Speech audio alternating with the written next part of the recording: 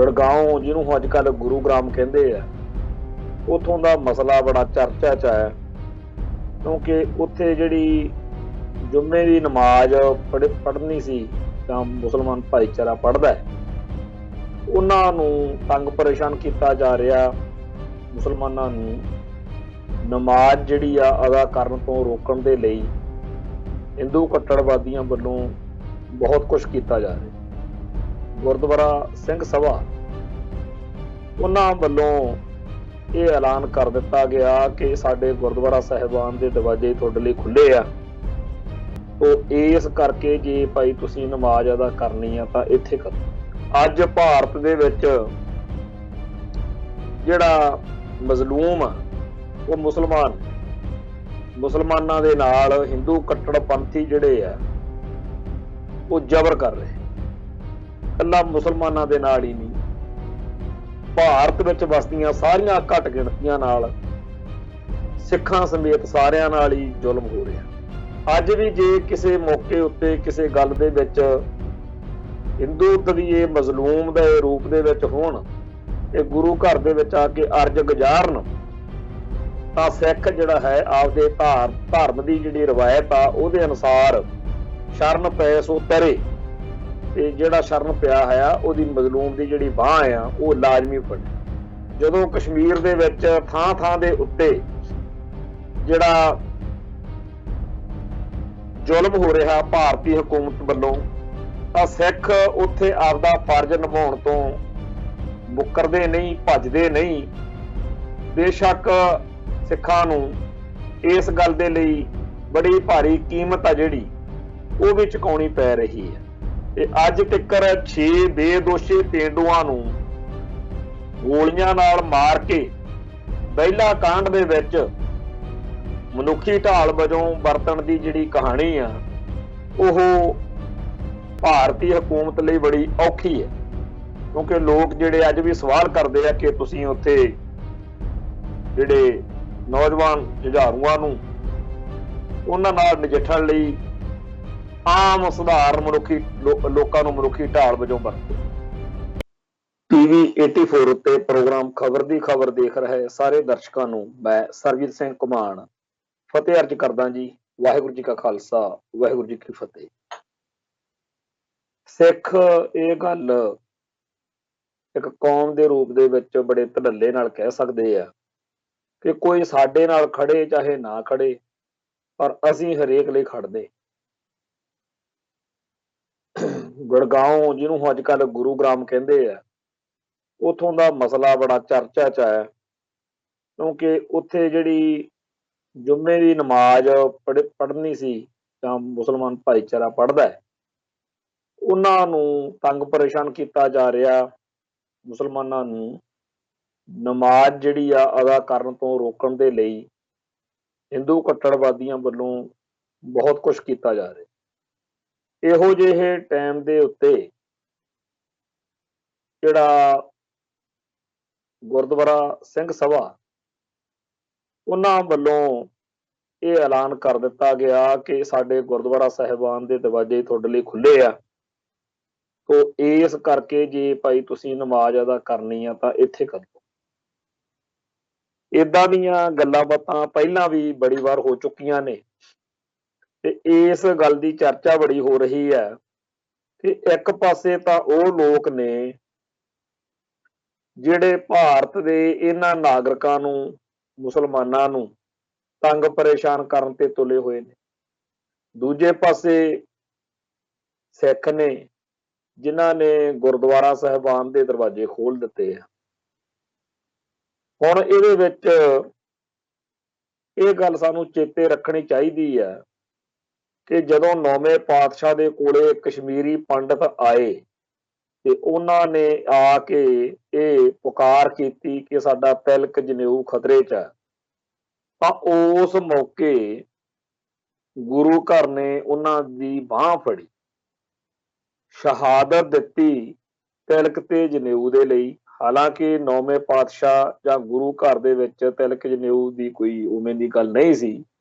ਆਪਾਂ ਸਭ ਜਾਣਦੇ ਹਾਂ ਕਿ ਤਿਲਕ ਜਨੇਊ ਦੇ ਬਾਰੇ ਗੁਰੂ ਘਰ ਦੇ ਕੀ ਵਿਚਾਰ ਨੇ, ਪਹਿਲੇ ਪਾਤਸ਼ਾਹ ਨੇ ਜਨੇਊ ਜਿਹੜਾ ਸੀਗਾ ਉਹ ਪਹਿਨਿਆ ਵੀ ਨਹੀਂ।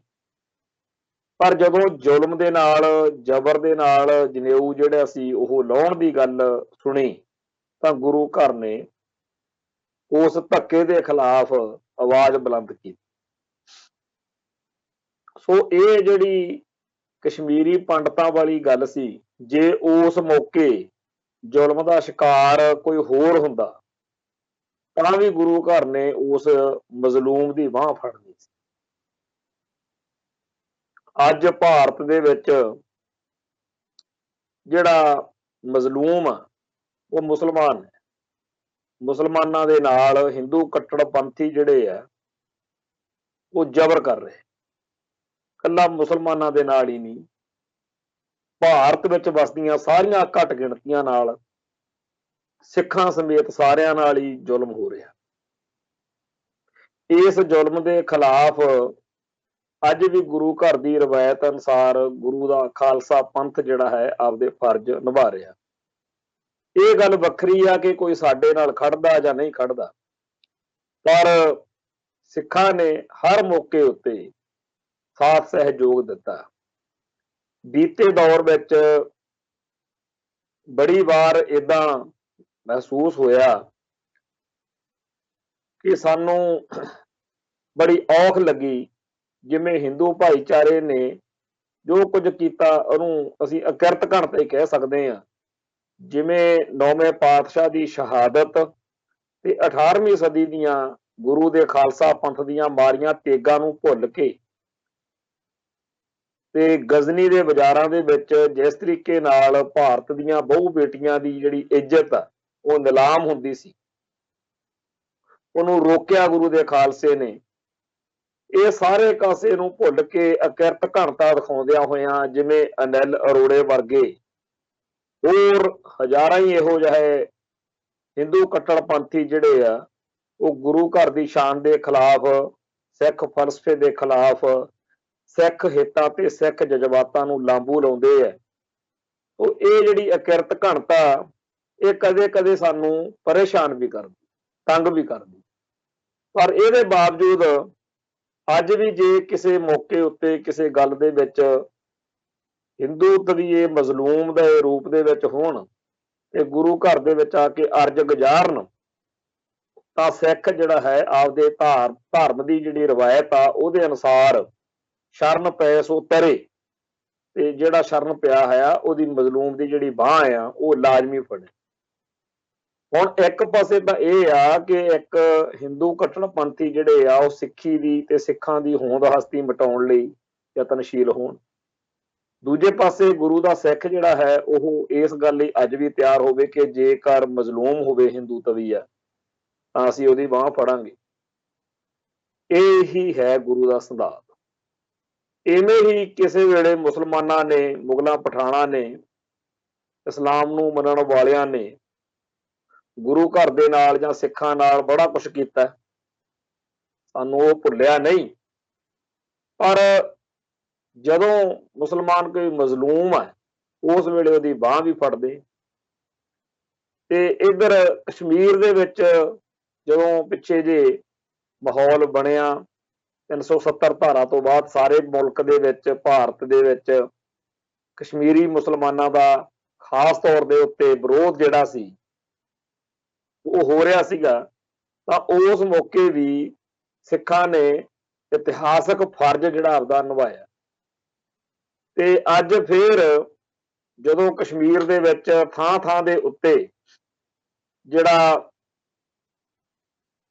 ਜ਼ੁਲਮ ਹੋ ਰਿਹਾ ਭਾਰਤੀ ਹਕੂਮਤ ਵੱਲੋਂ, ਤਾਂ ਸਿੱਖ ਉੱਥੇ ਆਪਦਾ ਫਰਜ਼ ਨਿਭਾਉਣ ਤੋਂ ਮੁੱਕਰਦੇ ਨਹੀਂ, ਭੱਜਦੇ ਨਹੀਂ। ਬੇਸ਼ੱਕ ਸਿੱਖਾਂ ਨੂੰ ਇਸ ਗੱਲ ਦੇ ਲਈ ਬੜੀ ਭਾਰੀ ਕੀਮਤ ਆ ਜਿਹੜੀ ਉਹ ਵੀ ਚੁਕਾਉਣੀ ਪੈ ਰਹੀ ਹੈ। ਬੀਤੇ ਕੱਲ ਵੀ ਇੱਕ ਇਹੋ ਜਿਹੀ ਗੱਲ ਵਾਪਰੀ ਹੈ। ਹੈਦਰਪੁਰਾ ਜਿਹੜਾ ਮੁਕਾਬਲਾ ਹੋਇਆ ਉਹ ਬਿਲਕੁਲ ਉਵੇਂ ਆ ਜਿਵੇਂ ਸਾਡੇ ਇੱਥੇ ਅੰਮ੍ਰਿਤਸਰ ਦੇ ਬਿਲਕੁਲ ਕੋਲੇ ਬਹਿਲਾ ਪਿੰਡ ਆ, ਇੱਥੇ ਵੀ ਇਸੇ ਤਰੀਕੇ ਨਾਲ ਕੀਤਾ ਗਿਆ ਸੀਗਾ ਹਕੂਮਤ ਵੱਲੋਂ 1992 ਦੇ ਵਿੱਚ। ਇੱਥੇ ਭਾਈ ਸਰਜੀਤ ਸਿੰਘ ਬਹਿਲਾ ਜਿਹੜੇ ਕਿ ਭਿੰਡਰਾਂਵਾਲਾ ਟਾਈਗਰ ਫੋਰਸ ਦੇ ਵਿੱਚ ਸੇਵਾ ਕਰਦੇ ਸੀਗੇ। ਉਹਨਾਂ ਸਮੇਤ ਕੁਝ ਸਿੰਘ ਜਿਹੜੇ ਸੀਗੇ ਪਿੰਡ ਬਹਿਲਾ ਦੇ ਵਿੱਚ ਸੀਗੇ, ਜਿਨ੍ਹਾਂ ਦੇ ਨਾਲ ਮੁਕਾਬਲਾ ਕਰਨ ਦੇ ਲਈ ਜਦੋਂ ਮੁਕਾਬਲਾ ਸ਼ੁਰੂ ਹੋਇਆ ਤਾਂ ਪਿੰਡ ਦੇ ਕੁਝ ਲੋਕਾਂ ਨੂੰ ਉੱਥੇ ਮੂਹਰੇ ਢਾਲ ਬਣਾ ਲਿਆ ਗਿਆ, ਮਨੁੱਖੀ ਢਾਲ। ਤੇ ਉਹ ਮਨੁੱਖੀ ਢਾਲ ਜਿਹੜਾ ਸੀਗਾ, ਉਹਦੇ ਵਿੱਚ ਜਿੰਨੇ ਬੰਦੇ ਮਨੁੱਖੀ ਢਾਲ ਬਣਾ ਕੇ ਮਾਰੇ, ਉਹਨਾਂ ਨੂੰ ਵੀ ਬਾਅਦ ਵਿੱਚ ਇਹਨਾਂ ਨੇ ਖਾੜਕੂ ਡਿਕਲੇਅਰ ਕਰ ਦਿੱਤਾ, ਜਿਸ ਤੋਂ ਬਾਅਦ ਵਿੱਚ ਬਹੁਤ ਵੱਡੇ ਪੱਧਰ ਦੇ ਉੱਤੇ ਇਸ ਗੱਲ ਦਾ ਵਿਰੋਧ ਹੋਇਆ ਸੀ। ਤੇ ਅੱਜ ਤੱਕ 6 ਬੇਦੋਸ਼ੀ ਪੇਂਡੂਆਂ ਨੂੰ ਗੋਲੀਆਂ ਨਾਲ ਮਾਰ ਕੇ ਬਹਿਲਾ ਕਾਂਡ ਦੇ ਵਿੱਚ ਮਨੁੱਖੀ ਢਾਲ ਵਜੋਂ ਵਰਤਣ ਦੀ ਜਿਹੜੀ ਕਹਾਣੀ ਆ, ਉਹ ਭਾਰਤੀ ਹਕੂਮਤ ਲਈ ਬੜੀ ਔਖੀ ਹੈ। ਕਿਉਂਕਿ ਲੋਕ ਜਿਹੜੇ ਅੱਜ ਵੀ ਸਵਾਲ ਕਰਦੇ ਆ ਕਿ ਤੁਸੀਂ ਉੱਥੇ ਜਿਹੜੇ ਨੌਜਵਾਨ ਜੁਝਾਰੂਆਂ ਨੂੰ ਉਹਨਾਂ ਨਾਲ ਨਜਿੱਠਣ ਲਈ ਆਮ ਸਧਾਰਨ ਮਨੁੱਖੀ ਲੋਕਾਂ ਨੂੰ ਮਨੁੱਖੀ ਢਾਲ ਵਜੋਂ ਵਰਤਿਆ। ਤੇ ਇਹੀ ਕੁਝ ਹੁਣ ਕਸ਼ਮੀਰ 'ਚ ਚੱਲ ਰਿਹਾ। ਬਿਲਕੁਲ ਜਿਵੇਂ ਪੰਜਾਬ ਦੇ ਵਿੱਚ ਬੜੀ ਵੱਡੀ ਗਿਣਤੀ ਵਿੱਚ ਲਾਵਾਰਸ ਕਹਿ ਕੇ ਹਜ਼ਾਰਾਂ ਸਿੱਖਾਂ ਨੂੰ ਗਾਇਬ ਕਰ ਦਿੱਤਾ ਗਿਆ, ਕਤਲ ਕਰ ਦਿੱਤਾ ਗਿਆ, ਤੇ ਬਾਅਦ ਵਿੱਚ ਕਹਿ ਦਿੱਤਾ ਗਿਆ ਕਿ ਤੁਹਾਨੂੰ ਮੁਆਵਜ਼ਾ ਨਾ ਦਿੱਤਾ ਜਾ ਸਕਦਾ, ਪਰ ਕਾਰਵਾਈ ਕਿਸੇ ਤੇ ਨਹੀਂ ਹੋ ਸਕਦੀ। ਅਣਪਛਾਤੀਆਂ ਲਾਵਾਰਸ ਲਾਸ਼ਾਂ ਕਹਿ ਕੇ ਪੰਜਾਬ ਦੇ ਵਿੱਚ ਭਾਈ ਜਸਵੰਤ ਸਿੰਘ ਖਾਲੜਾ ਵੱਲੋਂ ਜਿਸ ਤਰੀਕੇ ਨਾਲ ਸਾਰਾ ਕੋਈ 25,000 ਅਣਪਛਾਤੀਆਂ ਲਾਸ਼ਾਂ ਦੀ ਗੱਲ ਜਿਹੜੀ ਆ ਉਹ ਚੱਲਦੀ ਰਹੀ, ਇਹੀ ਸਾਰਾ ਕੁਝ ਹੁਣ ਕਸ਼ਮੀਰ ਦੇ ਵਿੱਚ ਵੀ ਹੋ ਰਿਹਾ। ਕਸ਼ਮੀਰ ਦੇ ਵਿੱਚ ਹੈਦਰਪੁਰਾ ਸ਼੍ਰੀਨਗਰ ਦਾ ਇੱਕ ਇਲਾਕਾ ਹੈ, ਜਿੱਥੇ ਬਹੁਤ ਭਾਰੀ ਇਸ ਵੇਲੇ ਵਿਰੋਧ ਜਿਹੜਾ ਹੈਗਾ ਲੋਕਾਂ ਵੱਲੋਂ ਹੋ ਰਿਹਾ, ਕਿਉਂਕਿ ਇੱਥੇ ਦੋ ਜਿਹੜਾ ਕਸ਼ਮੀਰੀਆਂ ਦੀ ਮੌਤ ਮੁਕਾਬਲੇ ਵਿੱਚ ਦਿਖਾਈ ਗਈ ਆ, ਜਦੋਂ ਕਿ ਇਹ ਦੋਨੇ ਜਿਹੜੇ ਉਸ ਮੁਕਾਬਲੇ ਵਿੱਚ ਮਾਰੇ ਗਏ ਹੋਰਾਂ ਤੋਂ ਬਿਨਾਂ ਆਮ ਲੋਕ ਸੀਗੇ। ਤੇ ਜਿਹੜੀ ਹਕੂਮਤ ਨੇ ਦਾਅਵਾ ਕੀਤਾ ਵੀ ਇਹ ਦਹਿਸ਼ਤਗਰਦ ਸੀਗੇ, ਉਹ ਬਿਲਕੁਲ ਝੂਠਾ। ਇੱਕ ਭੱਟ ਕਰਕੇ ਆ ਅਲਤਾਫ ਭੱਟ ਤੇ ਦੂਜਾ ਮੁਦੱਸਰ ਗੁੱਲ, ਇਹ ਦੋਨੇ ਹੈਦਰਪੁਰਾ ਇਲਾਕੇ ਦੇ ਆਮ ਸ਼ਹਿਰੀ ਸੀਗੇ, ਜਿਨ੍ਹਾਂ ਨੂੰ ਇਸ ਪੁਲਿਸ ਮੁਕਾਬਲੇ ਦੇ ਵਿੱਚ ਕਤਲ ਕਰਨ ਤੋਂ ਬਾਅਦ ਹਕੂਮਤ ਨੇ, ਹਕੂਮਤੀ ਫੋਰਸਾਂ ਨੇ ਉਹਨਾਂ ਨੂੰ ਜਿਵੇਂ ਬਹਿਲਾ ਕਾਂਡ ਦੇ ਵਿੱਚ 6 ਆਮ ਲੋਕਾਂ ਨੂੰ ਕਤਲ ਕਰਕੇ ਕਹਿਤਾ ਸੀਗਾ ਕਿ ਜੀ ਅਸੀਂ ਤਾਂ ਬੜੇ ਚੋਟੀ ਦੇ ਖਾੜਕੂ ਮਾਰੇ ਆ। ਤੋ ਇਹ ਜਿਹੜੀਆਂ ਲਾਸ਼ਾਂ ਸੀਗੀਆਂ ਬਹੁਤ ਸਾਰੀਆਂ, ਜਿਵੇਂ ਪੰਜਾਬ ਦੇ ਵਿੱਚ ਨਹੀਂ ਦਿੱਤੀਆਂ ਸੀ ਲੋਕਾਂ ਨੂੰ, ਬਿਲਕੁਲ ਉਹੀ ਉੱਥੇ ਚੱਲ ਰਿਹਾ। ਕਿਸੇ ਦਾ ਕੁਝ ਪਤਾ ਨਹੀਂ, ਕੋਈ ਬੰਦਾ ਘਰੋਂ ਨਿਕਲੇ ਤੇ ਉਹਨੂੰ ਚੱਕ ਕੇ ਗਾਇਬ ਕਰ ਦਿੱਤਾ ਜਾਵੇ। ਕਸ਼ਮੀਰ ਦੇ ਵਿੱਚ ਬੇਸ਼ੁਮਾਰ ਲੋਕਾਂ ਨੂੰ ਗਾਇਬ ਕੀਤਾ ਗਿਆ, ਕੋਈ ਗਿਣਤੀ ਹੋਈ ਨਹੀਂ। ਔਰ ਇਹ ਜਿਹੜਾ ਮਸਲਾ ਉਹ ਅੰਤਰਰਾਸ਼ਟਰੀ ਪੱਧਰ ਤੇ ਵੀ ਕਾਫੀ ਚਰਚਾ 'ਚ ਰਹਿੰਦਾ ਹੈ। ਕੱਲ ਬਹੁਤ ਵੱਡੇ ਪੱਧਰ ਦੇ ਉੱਤੇ ਥਾਂ ਦੇ ਉੱਤੇ ਲੋਕਾਂ ਨੇ ਮੁਜ਼ਾਹਰੇ ਕੀਤੇ ਕਿ ਜਿਹੜੇ ਮੁਦੱਸਰ ਗੁੱਲ ਤੇ ਅਲਤਾਫ ਭੱਟ ਨੂੰ ਤੁਸੀਂ ਕਤਲ ਕੀਤਾ ਹੈ, ਇਹਨਾਂ ਦੀਆਂ ਲਾਸ਼ਾਂ ਜਿਹੜੀਆਂ ਨੇ ਉਹ ਪਰਿਵਾਰਕ ਮੈਂਬਰਾਂ ਨੂੰ ਦਿੱਤੀਆਂ ਜਾਣ। ਇਸ ਵੇਲੇ ਉੱਥੇ ਕਸ਼ਮੀਰ 'ਚ ਕਰਦੇ ਏਦਾਂ ਹੀ ਆ, ਜਦੋਂ ਵੀ ਕਿਸੇ ਨੂੰ ਕਤਲ ਕਰਦੇ ਆ ਉਹਦੀ ਲਾਸ਼ ਨਹੀਂ ਦਿੱਤੀ ਜਾਂਦੀ, ਪਤਾ ਹੀ ਨਹੀਂ। ਮੈਂ ਇੱਥੇ ਇਹ ਗੱਲ ਦੱਸਣੀ ਚਾਹੁੰਦਾ ਹਾਂ ਕਿ ਪੰਜਾਬ ਦੇ ਵਿੱਚ ਇੱਥੇ ਬੜੀ ਵੱਡੀ ਗਿਣਤੀ ਵਿੱਚ ਇਹੋ ਜਿਹੀਆਂ ਮਾਵਾਂ ਨੇ, ਇਹੋ ਜਿਹੇ ਪਰਿਵਾਰ ਨੇ, ਜਦੋਂ ਉਹਨਾਂ ਕੋਲ ਜਾਈਦਾ ਤਾਂ ਉਹ ਬੜੇ ਇਸ ਗੱਲ ਦੀ ਔਖ ਮੰਨਦੇ ਆ, ਬੜਾ ਸੰਤਾਪ ਝੱਲਦੇ ਆ। ਕਿਉਂਕਿ ਜੇ ਕਿਸੇ ਨੇ ਆਪਦੇ ਪਰਿਵਾਰ ਦੇ ਮੈਂਬਰ ਨੂੰ ਆਪਦੇ ਹੱਥਾਂ ਨਾਲ ਉਹਦਾ ਸੰਸਕਾਰ ਕਰ ਲਿਆ ਹੋਵੇ, ਤੇ ਜੇ ਕਿਸੇ ਨੇ ਅੱਖਾਂ ਨਾਲ ਦੇਖ ਲਿਆ ਹੋਵੇ ਕਿ ਚਲੋ ਜੀ ਉਹ ਚੜ੍ਹਾਈ ਕਰ ਗਿਆ, ਸ਼ਹੀਦ ਹੋ ਗਿਆ, ਤਾਂ ਹੋਰ ਗੱਲ ਹੁੰਦੀ ਆ, ਮਨ ਨੂੰ ਤਸੱਲੀ ਹੋ ਜਾਂਦੀ ਹੈ। ਪਰ ਜਦੋਂ ਇਹ ਗੱਲ ਨਹੀਂ ਵਾਪਰੀ ਹੁੰਦੀ, ਅੱਖੀ ਨਹੀਂ ਦੇਖਿਆ ਹੁੰਦਾ, ਹੱਥੀਂ ਸੰਸਕਾਰ ਨਹੀਂ ਕੀਤਾ ਹੁੰਦਾ, ਇਹ ਦੁਨੀਆ ਦਾ ਸਭ ਤੋਂ ਭਿਆਨਕ ਕਿਸਮ ਦਾ ਤਸ਼ੱਦਦ ਕਿਹਾ ਜਾ ਸਕਦਾ। ਕਿਉਂਕਿ 20-20, 30-30 ਸਾਲ ਇਸੇ ਆਸ ਵਿੱਚ ਲੰਘ ਜਾਂਦੇ ਆ ਕਿ ਸ਼ਾਇਦ ਕਿਸੇ ਪਾਸਿਓਂ ਜਿਉਂਦੇ ਹੋਣ ਦੀ ਕੋਈ ਖਬਰ ਨਿਕਲ ਆਵੇ, तो जिन्ना टाइम कोई इस गल की गारंटी नहीं हो जाती, उन्ना टाइम मन जिहड़ा है वो कदे किधर पानी जिवें छन्ने का पानी डोलदा ना, ऐदा मन डोलदा। मैं इहदे बारे साडे परिवार दे विच साडे बीजी, साडे मेरे सिंघणी दे मामा जी भाई इकबाल सिंह ਬੱਬਰ, वो इसे तरीके नाल चक के गायब कर दिते गए। बाद विच परिवार नूं मुआवजा देण दी भी गल कीती गई। 5 बरसियां भाई इकबाल सिंह ਬੱਬਰ की याद में परिवार ने मना लिया 1988 तो 92 तक। उस तो बाद विच बड़े थावां ते मान सन्मान होया। एक बार साडे वीर जी अमेरिका गए तो किसी उस तरह के नाम नाल मिलदियां जुलदियां कुछ खबरां न्यूज़ कटिंग जिहड़ियां ने वो ले आए ते मैनूं आके वो दिखाइयां, जिहदे विच उवें दा इकबाल सिंह नाम वाले किसी बंदे दीयां खबरां सी कि वो किसी होर मुल्क च फड़िया गया, फिर उन्होंने रिहा किया गया। तो वो कल्ला नाम की ही नहीं, कुछ होर गल्लां दी भी, इलाके की भी, उस इलाके दे विच उसे नाम वाला बंदा बटाला इलाके का। तो मैं बीजी नूं खिज के आख्या भी जी ये की है, कदों तक ये गल चलती रहूगी? आपां शहीद दियां शहीदी दिहाड़े मना ले आ, थां थां तो मान सम्मान मिलता है, हुण तां मुआवजा भी दे दिता सरकार ने। ते वो कहंदे ये तां मैं चाहुंदी आ भी जिहड़ी अपनी निक्की जी बच्ची आ गुरमेहर, ਉਹਦੇ भी दिमाग 'ਚ गल पा के जावां कि यह जालम सरकार तो पूछे जरूर कि भाई इकबाल सिंह ਬੱਬਰ ਦਾ अंत होया की सी, कित्थे ਉਹਨੂੰ अंत ਉਹਦਾ ਕੀਤਾ ਤੇ ਕੀ ਉਹਦਾ एंड होया। तो मैं ये गल इस करके दसनी चाहिए है कि जिन्हां परिवारां ने आपदे परिवार दे मैंबरां नूं हत्थी संस्कार नहीं किया, उन्हां दा अंतिम रस्मां हत्थी नहीं देखियां, अखी नहीं देखियां, उन्हां लई बहुत तशद्दद है यह मानसिक तौर। और पंजाब तो बाद हुण कश्मीर दे विच इदां हज़ारां ही परिवार जिहड़े ने आपो अपने परिवारक मैंबरां नूं उडीक रहे। सो अल्ताफ जिहड़ा भट्ट है ते मुदस्सर गुल, इन्हां दे परिवारां नूं इस वेले सारे भाईचारे की बड़ी हमायत मिल रही है और बहुत बड़े पद्धर दे उत्ते लोकां वल्लों ये मंग की जा रही है कि ठीक आ तुसीं बंदे मार दिते, उन्हां नूं तुसीं हुण दहशतगर्द भी ऐलान दिता आम सधारण नागरिकां नूं, ते हुण तुसीं उन्हां दीयां लाशां तां दे दो। पर सरकार इस गल ते अडोल है। ते उस तो अगली गल वड्डी गल ये कि कश्मीर दे विच जिहड़े सिख भाईचारे दे लोक ने उन्हां नूं कोई हालात सखावे नहीं हैं।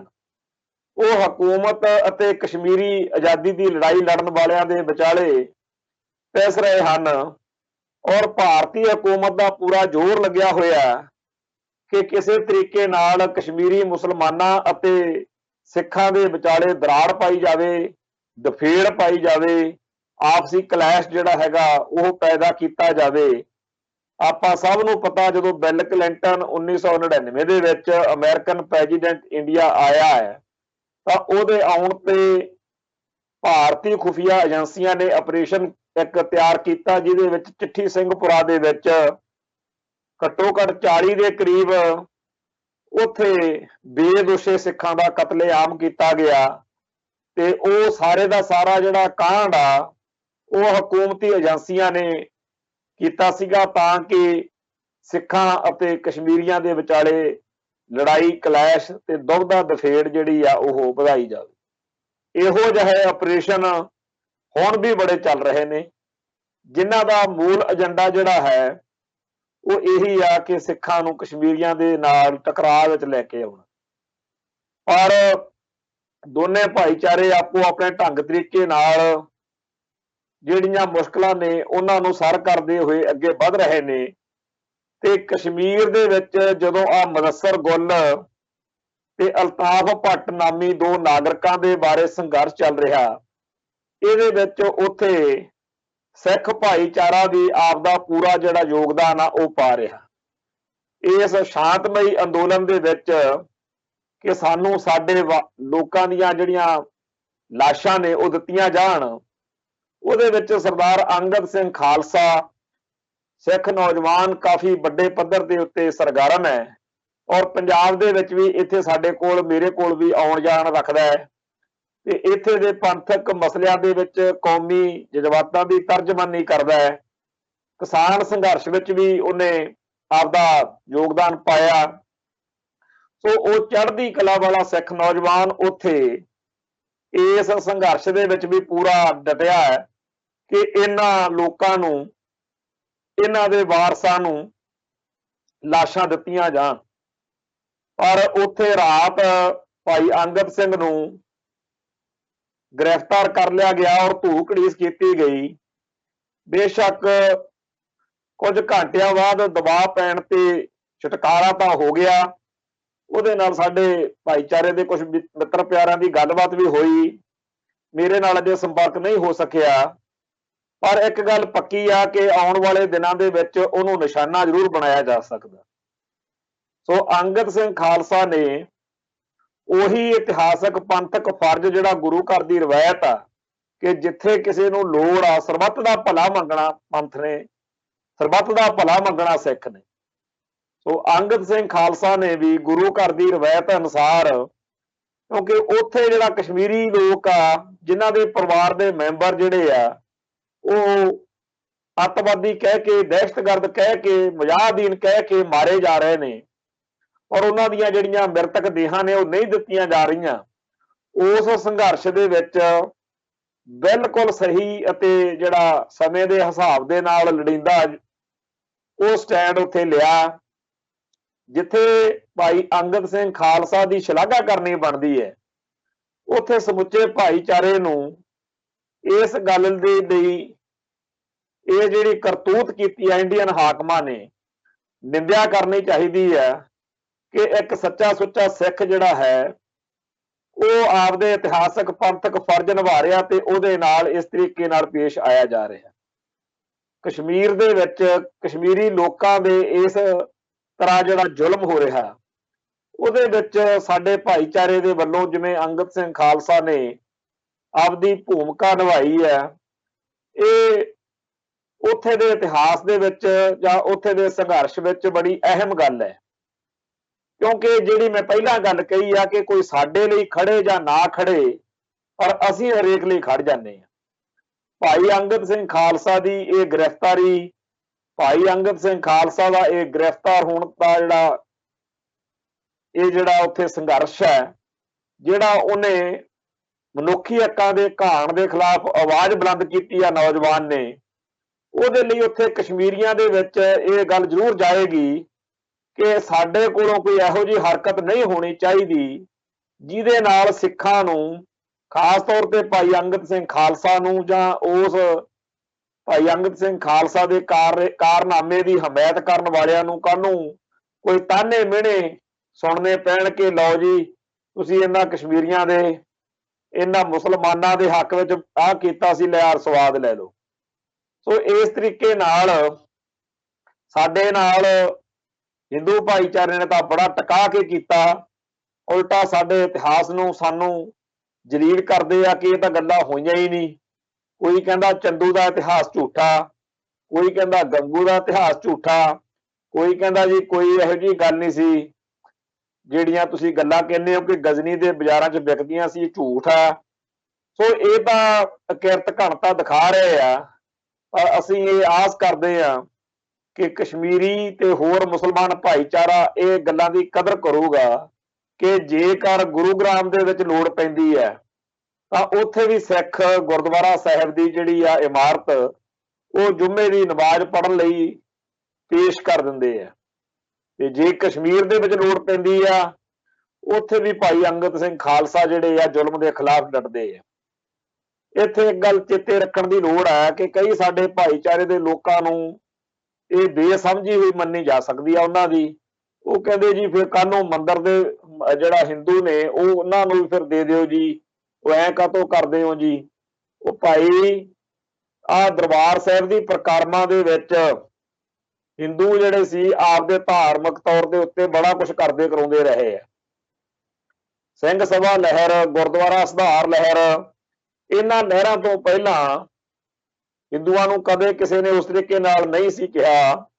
ਪਰ ਜਦੋਂ ਹਿੰਦੂ ਭਾਈਚਾਰੇ ਦੇ ਲੋਕਾਂ ਨੇ ਆਪਦੀਆਂ ਇਹਨਾਂ ਕਾਰਵਾਈਆਂ ਦੇ ਨਾਲ ਸਿੱਖ ਹਿੱਤਾਂ ਦਾ ਘਾਣ ਕਰਨਾ ਸ਼ੁਰੂ ਕਰ ਦਿੱਤਾ, ਕਦੇ ਕਹਿਣ ਜੀ ਸ਼ੁੱਧੀਕਰਨ ਕਰਨਾ ਤੇ ਜਿਹੜੇ ਸਿੱਖ ਨੇ ਉਹਨਾਂ ਨੂੰ ਵਾਪਸ ਮੋੜ ਕੇ ਹਿੰਦੂ ਬਣਾਉਣਾ, ਕਦੇ ਸਤਿਆਰਥ ਪ੍ਰਕਾਸ਼ ਗ੍ਰੰਥ ਦੇ ਰਾਹੀਂ ਸਿੱਖ ਜਜ਼ਬਾਤਾਂ ਨੂੰ ਲਾਗੂ ਲਾਇਆ, ਕਦੇ ਸ਼ਰਧਾ ਰਾਮ ਫਲੌਰੀ ਜਿਹਨੇ ਓਮ ਜੈ ਜਗਦੀਸ਼ ਹਰੀ ਵਾਲੀ ਜਿਹੜੀ ਆਰਤੀ ਆ ਉਹ ਲਿਖੀ ਆ, ਉਹਨੇ ਕਦੇ ਬੋਲ ਕਬੋਲ ਬੋਲਣੇ।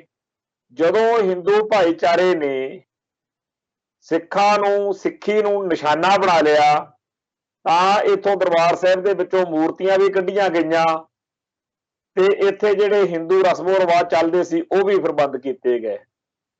ਇਵੇਂ ਹੀ ਜਦੋਂ ਨਮਾਜ਼ ਪੜ੍ਹਨ ਦੀ ਆਫਰ ਕੀਤੀ ਜਾ ਰਹੀ ਆ ਤਾਂ ਇਹ ਨਹੀਂ ਕਿ ਇਹਨਾਂ ਨੂੰ ਮਸਜਿਦ ਜਾਂ ਮਸਜਿਦ ਵਿੱਚ ਗੁਰਦੁਆਰਿਆਂ ਨੂੰ ਬਦਲਿਆ ਜਾ ਰਿਹਾ, ਉਹ ਸਿਰਫ ਇੱਕ ਵਕਤ ਦੀ ਤੌਰ ਦੇ ਉੱਤੇ ਦੁਨੀਆ ਦੇ ਵਿੱਚ ਇਹ ਦੱਸਣ ਲਈ ਕਿ ਸਿੱਖ ਕੋਈ ਕੱਟੜਪੰਥੀ ਜਾਂ ਸੰਕੀਰਨ ਸੋਚ ਵਾਲੇ ਨਹੀਂ ਹੈਗੇ, ਫਿਰਕੂ ਸੋਚ ਵਾਲੇ ਨਹੀਂ ਹੈਗੇ।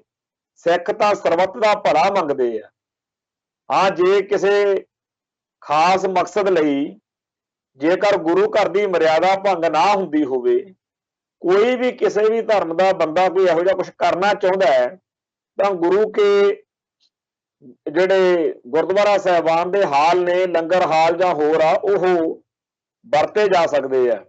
ਪਰ ਇਹਦਾ ਮਤਲਬ ਇਹ ਨਹੀਂ ਕਿ ਸਿੱਖ ਉਹਦੇ ਉੱਤੇ ਆਪਦਾ ਅਧਿਕਾਰ ਛੱਡਣ ਲੱਗੇ ਨੇ ਜਾਂ ਸਿੱਖ ਉਹਨਾਂ ਦਾ ਮੰਦਰੀਕਰਨ ਜਾਂ ਉਹਨਾਂ ਦੇ ਮਸੀਤ ਬਣਾਉਣ ਦੇ ਲਈ ਛੱਡ ਰਹੇ ਨੇ। ਬਹੁਤ ਹੀ ਜ਼ਿਆਦਾ ਇਸ ਗੱਲ ਦੇ ਉੱਤੇ ਸਾਨੂੰ ਧਿਆਨ ਰੱਖਣ ਦੀ ਲੋੜ ਹੈ। ਜਿੱਥੇ ਅਸੀਂ ਆਪਦੇ ਗੁਰੂ ਘਰ ਦੀਆਂ ਰਵਾਇਤਾਂ ਤੇ ਪਹਿਰਾ ਦੇਣਾ ਹੈ, ਜਿੱਥੇ ਅਸੀਂ ਆਪਦੇ ਧਰਮ ਦੀਆਂ ਰਵਾਇਤਾਂ ਤੇ ਪਹਿਰਾ ਦੇਣਾ, ਉੱਥੇ ਅਸੀਂ ਜਿਹੜੇ ਮੌਜੂਦਾ ਮਾਹੌਲ ਦੇ ਵਿੱਚ ਕੁਝ ਸਾਡੇ ਭਾਈਚਾਰੇ ਦੇ ਲੋਕਾਂ ਦੇ ਮਨਾਂ ਦੇ ਵਿੱਚ ਇਸ ਤਰ੍ਹਾਂ ਦੇ ਨਾਵਾਚਕ ਖਿਆਲ ਆ ਰਹੇ ਆ, ਉਹਨਾਂ ਦੀ ਵੀ ਤਸੱਲੀ ਕਰਾਉਣੀ ਹੈ। ਉਹ ਸਮਝਦੇ ਆ ਕਿ ਖਨੀ ਸਿੱਖ ਜਿਹੜੇ ਆ ਉਹ ਵਲਾਈਜ਼ ਕਰਨ ਦੇ ਲਈ ਇਹ ਕੁਝ ਕਰਦੇ ਆ। ਬਿਲਕੁਲ ਇਹ ਗੱਲ ਝੂਠੀ ਆ। ਜਦੋਂ 9ਵੇਂ ਪਾਤਸ਼ਾਹ ਦੇ ਕੋਲ ਕਸ਼ਮੀਰੀ ਪੰਡਤ ਗਏ ਸੀ, ਜਾਂ ਜੇਕਰ ਹਿੰਦੂ ਭਾਈਚਾਰੇ ਦੇ ਲੋਕ ਜਿਹੜੇ ਆ ਉਹ ਦਲ ਖਾਲਸਾ ਦੇ ਜਥੇਦਾਰ ਸਰਦਾਰ ਜੱਸਾ ਸਿੰਘ ਆਹਲੂਵਾਲੀਆ ਤੇ ਹੋਰ ਸਿੰਘਾਂ ਦੇ ਕੋਲ ਅਕਾਲ ਤਖਤ ਸਾਹਿਬ ਤੇ ਪੇਸ਼ ਹੋਏ ਆ, ਜਾਂ ਕਸੂਰ ਦੇ ਵਿੱਚ ਜਦੋਂ ਕਸੂਰ ਦੇ ਪਠਾਣਾ ਨੇ ਮਾੜਾ ਕੀਤਾ ਤੇ ਇੱਕ ਬ੍ਰਾਹਮਣ ਦੀ ਔਰਤ ਜਿਹੜੀ ਸੀ ਉਹਨੂੰ ਅਗਵਾ ਕਰ ਲਿਆ ਸੀ, ਤੇ ਉਦੋਂ ਵੀ ਉਹ ਬ੍ਰਾਹਮਣ ਅਕਾਲ ਤਖਤ ਸਾਹਿਬ ਤੇ ਪੇਸ਼ ਹੋਇਆ। ਤੇ ਇਹੋ ਜਿਹੇ ਮੌਕਿਆਂ ਦੇ ਉੱਤੇ ਜਿਹੜਾ ਗੁਰੂ ਘਰ ਹੈ ਉਹਦੀ ਇੱਕ ਰਵਾਇਤ ਆ, ਉਸ ਰਵਾਇਤ ਦੇ ਅਨੁਸਾਰ ਗੁਰੂ ਘਰ ਵੱਲੋਂ ਸਰਬੱਤ ਦੇ ਭਲੇ ਦੇ ਤਹਿਤ ਜਰਵਾਣਾ ਜਿਹੜਾ ਹੈ ਉਹਦੀ ਭੱਖਿਆ ਤੇ ਮਜ਼ਲੂਮ ਦੀ ਰੱਖਿਆ ਦੇ ਤਹਿਤ ਇਹ ਸਭ ਕੁਝ ਕੀਤਾ ਜਾਂਦਾ ਹੈ। ਨਾ ਕਿ ਆਪਦਾ ਧਰਮ ਜਾਂ ਧਰਮ ਸਥਾਨ ਜਾਂ ਧਾਰਮਿਕ ਹਿੱਤ ਬਾਰੇ ਜਾਂਦੇ ਆ।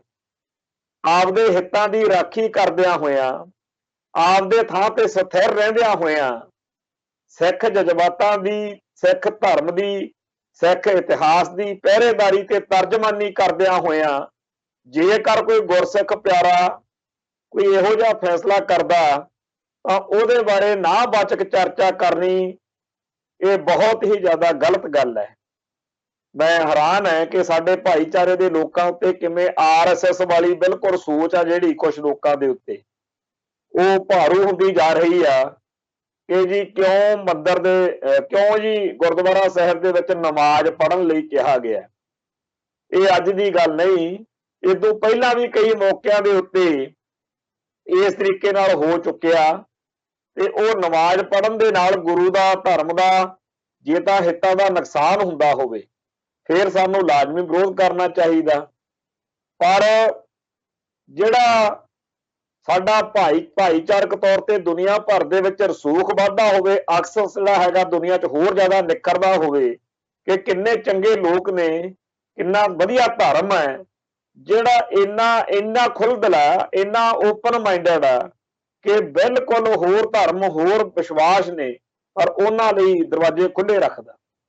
ਅਸੀਂ ਤਾਂ ਹਿੰਦੂਆਂ ਲਈ ਵੀ ਖੁੱਲੇ ਰੱਖੇ ਸੀ, ਪਰ ਜਦੋਂ ਹਿੰਦੂਆਂ ਨੇ ਮਾੜੀ ਸੋਚ ਰੱਖੀ, ਜਿਵੇਂ ਕਹਿੰਦੇ ਆ ਅੱਗ ਲੈਣ ਆਈ ਘਰ ਵਾਲੀ ਬਣ ਬੈਠੀ, ਉਹ ਕੰਮ ਕੀਤਾ, ਤਾਂ ਉਸ ਮੌਕੇ ਗੁਰੂ ਦੇ ਸਿੱਖਾਂ ਨੂੰ ਵਿਰੋਧ ਕਰਨਾ ਪਿਆ।